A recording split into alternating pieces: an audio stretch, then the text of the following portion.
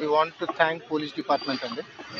So because we came to no in the morning మాకు ఏం తెలిసిందంటే ఇలా గుర్రం విజయలక్ష్మి అని జిఎల్సి భావన టిప్స్ మల్లంపేటలో కన్స్ట్రక్షన్ చేసింది తను 300 అండ్ చిల్లర విల్లాస్ అవి.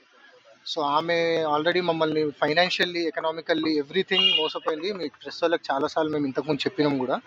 సో ఆ ఇష్యూ అలానే నడుస్తూ ఉంది. రీసెంట్గా హైడ్రా కూడా వచ్చింది. హైడ్రా వల్ల చాలామంది 17-18 ఇల్లులు కోల్పోయిన వాళ్ళు ఉన్నారు. ఇప్పుడు ఎవరైతే పెద్ద మనిషి ఆవిడ మాట్లాడిందో పాపం ఆవిడ వాళ్ళ హస్బెండ్ రిటైర్మెంట్ డబ్బులన్నీ తీసుకొచ్చి ఒక ఇల్లు కొనుక్కుంది. So she lost completely. ఇప్పుడు ఆమె రోడ్డు మీద ఉందండి, ఇంకేం లేదు, ఆమె సంపాదన అనేది ఏం లేదు. సో ఇట్లా చాలామంది ఉన్నారు. ఒక్కోళ్ళకైతే ఈరోజు హైడ్రా కూలగొడుతుందంటే 1 వీక్ ముందు కూడా రిజిస్ట్రేషన్ చేసిందండి. వాళ్ళ పైసలన్నీ తీసుకుంది, అన్నీ తీసుకుంది. ఇప్పటికీ అంటే ఆమె మొన్న ప్రెస్ రిలీజ్ ఒకటి చేసిందండి. ఏంటి అంటే మేము కంప్లీట్ హ్యాండ్ ఓవర్ ఇచ్చేసినాము, everybody is living happy life there అని. దయచేసి మీకు అందరికీ ఓపిక ఉంటే మీరు కూడా రావచ్చు. ఆమె క్లబ్ హౌస్ కట్టిందా, ఎమ్యూనిటీస్ ఇచ్చిందా, కాంపౌండ్ వాల్ కట్టిందా, రోడ్ వేసిందా, లేకపోతే ఎలివేషన్స్ కట్టిందా, ఎంట్రన్స్ గేట్ కట్టిందా, సెక్యూరిటీ కట్టిందా, డ్రైనేజ్ సిస్టమ్ ఇచ్చిందా, డ్రైనేజ్ ఏ చెరువులో కలుస్తుంది, తాగడానికి నీళ్ళు ఎక్కడి నుంచి వస్తున్నాయి, లిటరల్లీ యూ కెన్ సీ. ఇది టోటల్లీ అంటే ఫిగర్ వైజ్గా చెప్పుకోవాలంటే it's more than a bigger scam than stamp duty scam. More than 300 crores scam అండి ఇది.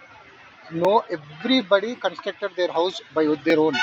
స్లాబులు వేయడం ఎంతసేపు పని సార్? నాకు సిమెంట్ ఓడు స్టీల్ ఓడు ఉద్ధరిస్తాడు, నేను తెచ్చి దనదన స్లాబులు వేస్తాను. స్లాబులు వేసి ఇల్లు కట్టినట్ట 2 స్లాబులు వేసి వదిలేసి వెళ్ళిపోయింది సార్. గోడలు, ఎలక్ట్రిసిటీ, డ్రైనేజ్, ప్లంబింగ్ ఎవ్రీబడి అక్కడ నుండి చేయించుకున్నారు. And later we came to know that దానికి అసలు పర్మిషనే తీసుకోలేదండి. అంటే లిటరల్గా మీకు ఈ స్కామ్ గురించి ఒక చిన్నగా అంటే అందరికి అర్థమయ్యే లేమ్యాన్కి అర్థమయ్యేలాగా చెప్తా sir. Being in to real estate అందరికీ తెలుసు, ఒక ఎకరం 4,800 గజాలు సార్. దాంట్లో మీరు ప్లాటింగ్ చేసుకొని విల్లాలు కట్టాలంటే ఒక 16 నుంచి 18 విల్లాలు వస్తాయి.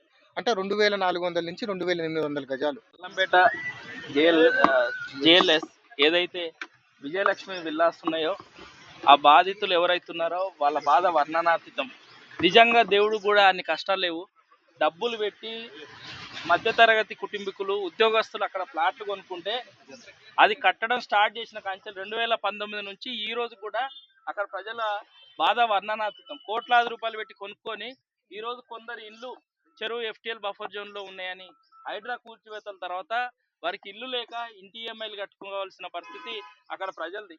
ఈ దుర్మార్గం అంతా చేయడానికి కారణం ఎవరైతున్నారో విజయలక్ష్మి బిల్డర్ అనే ఈవిడ గతంలోనే బాజ్పేయిలో సీతారామవంశ అనే విల్లాసు బంధంకుంట చెరువు ఎఫ్టీఎల్ బఫర్ జోన్లో కడితే దాదాపు 9 విల్లాలు కూల్చివేసి అక్కడ క్రిమినల్ కేసు నమోదు చేస్తే అక్కడ ప్రజలను మోసం చేసి అక్కడ ప్లాట్లు కొనుక్కున్న వాళ్ళపైన కేసులు నమోదు చేయించిన ఘన చరిత్ర ఈ విజయలక్ష్మిది.